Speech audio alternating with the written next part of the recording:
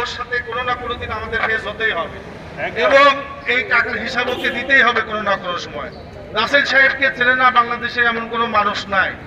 আমরা যদি কোনো সিনকেট করে ফেলি, কোনো মানুষ দেখে বলবে না যে না এটা অন্যায়ভাবে করছে।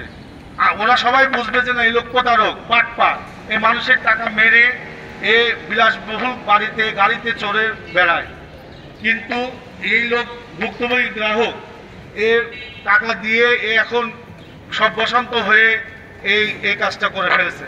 তাই রাসেল সাহেবকে হুঁশিয়ার করে দিচ্ছি, আপনি আমাদেরকে মনে করেন না যে আমরা ছোট পিপিলিকা হতে পারি আমরা, কিন্তু আমরা ওই হাতির কানের ভিতরেও কিন্তু কাপড় দিতে চাই। আপনি অবশ্যই এটা মাথায় রাখবেন এবং আমাদের ভুক্তভোগী গ্রাহকের টাকাগুলো সবাইকে ফেরত দিয়ে দেবেন। সেই কথা বলে আমি শেষ করছি।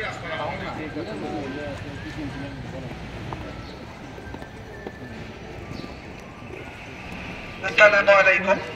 আমি জামান, সাভার থেকে এসেছি এখানে। আমি ইভ্যালির একজন ভুক্তভোগী গ্রাহক। 2019 সাল থেকে আমি ইভ্যালির সাথে ছিলাম।